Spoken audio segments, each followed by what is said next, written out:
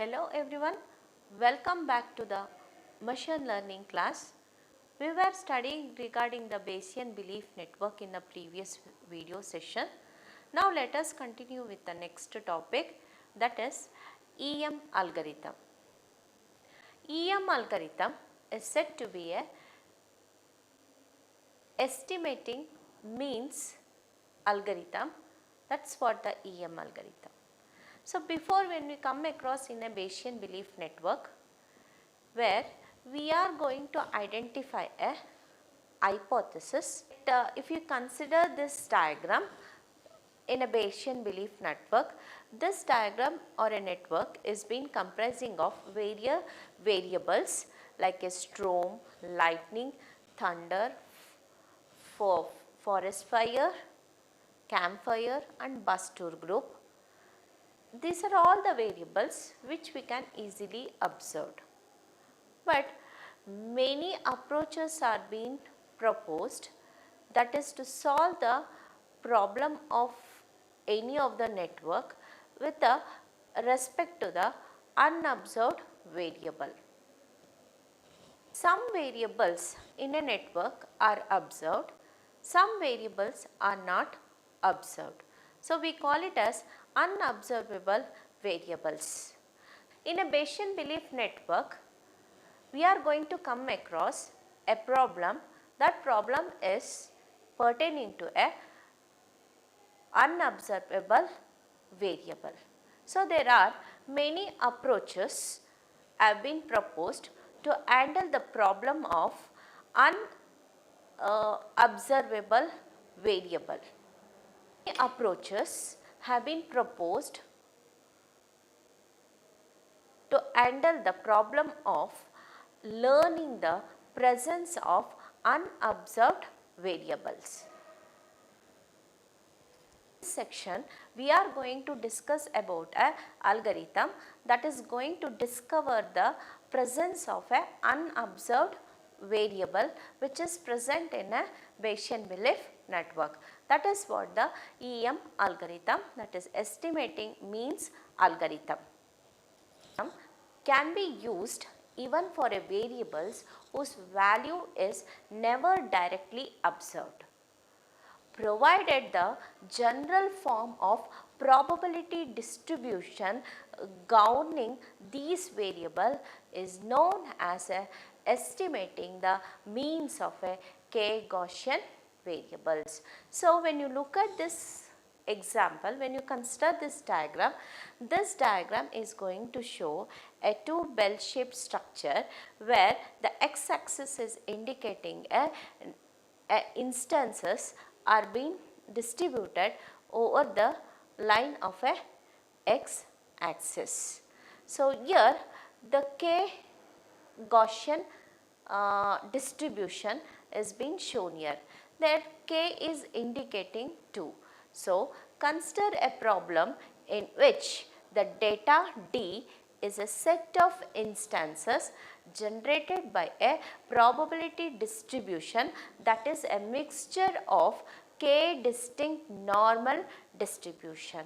So what happens, there are a k distinct normal distribution is there are two bell shaped structure is present where this is indicating like representing a n number of instances which is present. When you look at this diagram is been setting is illustrated in figure, the case where k is equal to 2 and where the instances are the points as shown in the x-axis, the instances are the those points shown along with the x-axis. Each instance is generated using a two-step process. First step is one of the k normal distribution is selected at a random points. So when you look at these points, first diagram which is first bell shaped structure is indicating a normal distribution by selecting a random points, where the second a single random instances xi is generated according to this selected distribution. So, in this diagram, this process is repeated to generate a set of data points as shown in this figure. To simplify, consider a special case, where in this case we are going to select. To simplify this, consider the special case. The selection of a single normal distribution at each step is based on choosing each with a uniform distribution probability distribution. To simplify, consider the special case.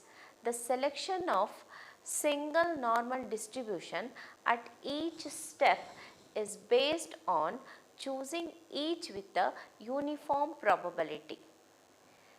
Each of the k normal distribution has the same variance sigma square known value. This is when you look at this k normal distribution means we have got a 2 normal distribution where there is a variance is a sigma square. The learning task is to output a hypothesis h that is indicated by the mu1 to mu n. So, this is what the hypothesis, the h is equal to mu1 to mu n that describes the means of the each of the k distribution. So, let us, it is not generalizing the k distribution. Now, we would like to find out maximum likelihood hypothesis for these means, that is a hypothesis h that maximizes the probability of occurring of a hypothesis for the particular data set. So, that is P of D given H. For the given data set, we need to find out the maximally likelihood hypothesis. Now, let us show the maximally likelihood hypothesis for the which is going to minimize the sum of the squared error over a m instances, or we can call it as a for a m training examples. So, we just restart the equation for the for this notation. So, for deriving a EM algorithm. So, using our current notation, that is we have got with respect to the minimum squared error, we were considering that is mu ml, that is the maximum likelihood hypothesis for the means. So, that is why mu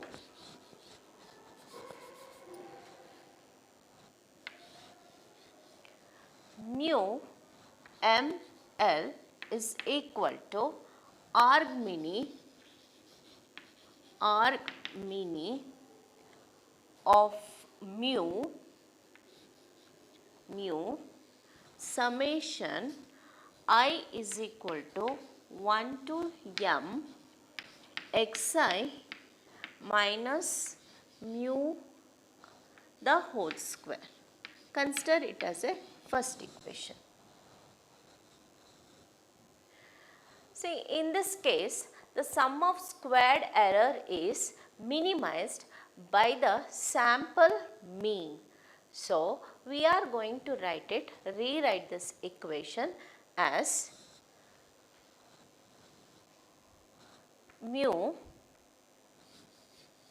ml is equal to 1 by m summation of I is equal to 1 to m xi. Consider it equation number 2. Our problem here, however, involves a mixture of k different normal distribution, and we cannot observe which instance is generated. Problem here, however, involves a mixture of k different normal distribution. As we look at this diagram, we are going to have a two normal distribution, and we need to find out the presence of the unobserved variable. So, we cannot observe which instance were generated by which distribution. When you look at this, there are two normal distributions are there. So, consider full description of each instances as the triple, like for example xi, zi1 and zi2. So, like we are considering the three instances where xi is a observed value of the ith instances, and zi1 and zi2 are indicating which of the two normal distribution was used to generate the value of xi.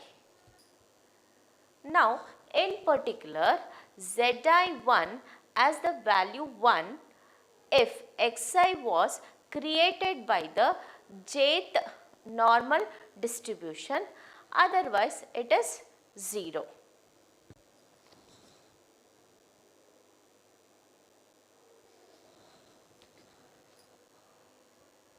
Next, here we can say that xi is a observed variable.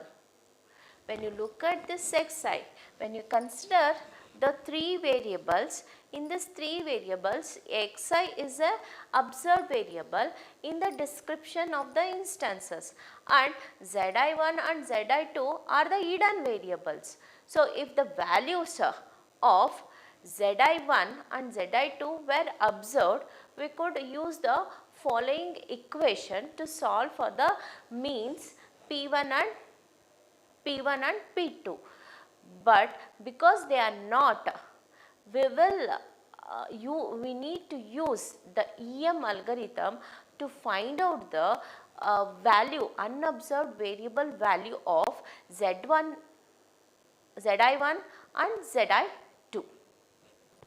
Now, let us consider the steps in an EM algorithm to calculate the mean. First, step 1.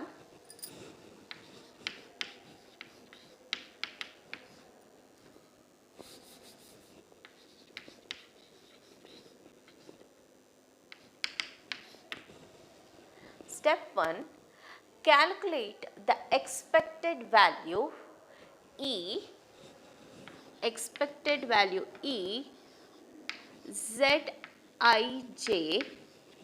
Zij of the hidden variable Zij.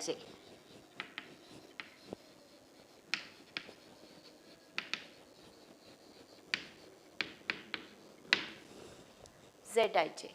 Assuming that the current hypothesis H is equal to mu1 and mu2 volts. Like, let us assuming the hypothesis H is equal to mu1 and mu2 are the hypothesis that is going to hold. So, the next second step, step 2.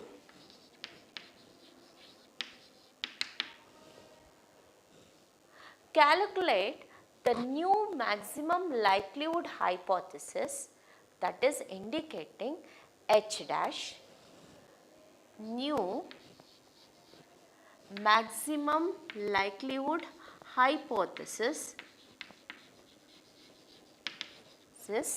that is H dash is equal to, considering the new hypothesis, so H dash is equal to mu1 dash and mu2 dash.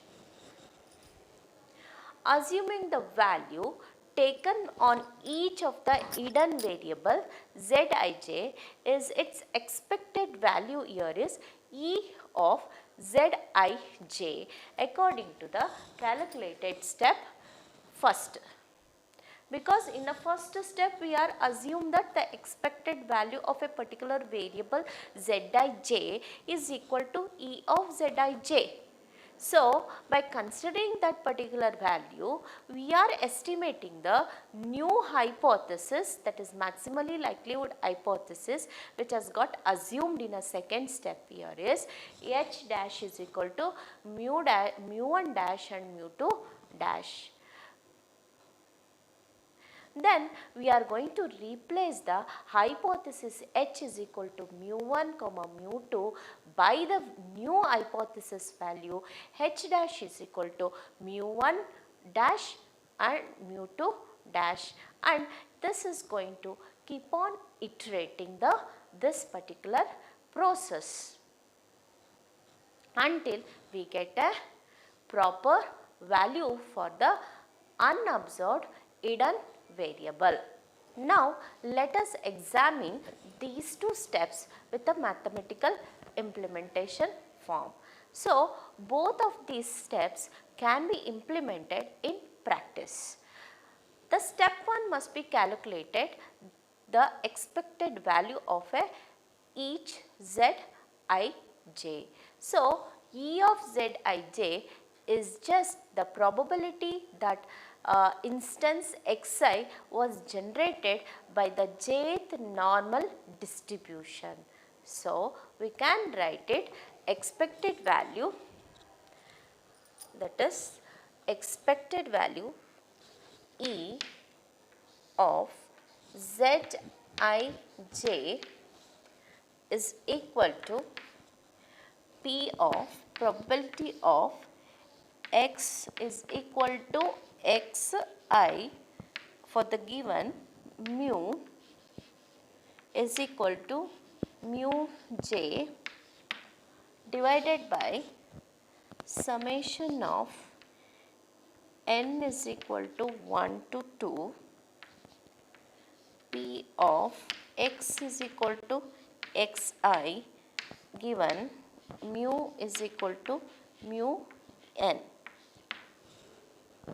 That can be replaced by, that is going to be replaced by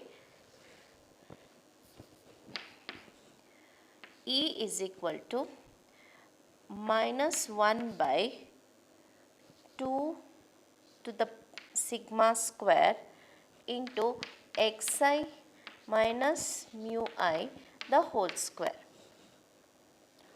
divided by summation n is equal to 1 to 2 exponential of minus 1 by 2 sigma square into xi minus mu I mu n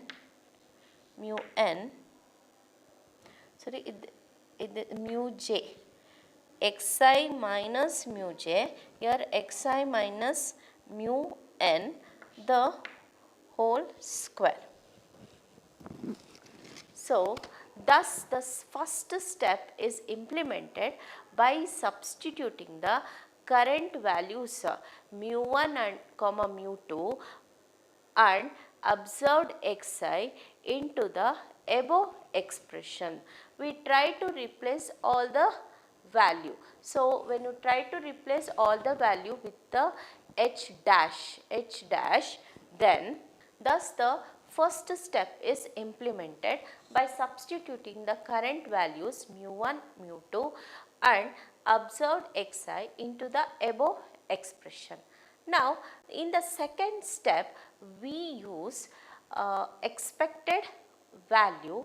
We need to calculate expected value E of Zij calculated during the step 1 to derive a new maximum likelihood hypothesis H dash. So, now we are going to have H dash. The second step is we are going to have a new hypothesis H dash is equal to mu1 dash comma mu 2 dash which has been got created in the second step, that is maximally likelihood hypothesis. So that maximally likelihood hypothesis can be in this case can be given by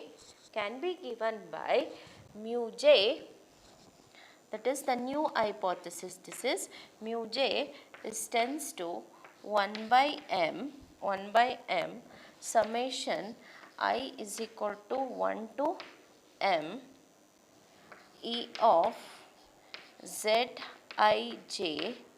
into xi. Now this expression is similar to that of a mean from the first equation which we have been derived, that is used to estimate the mean for a single normal distribution.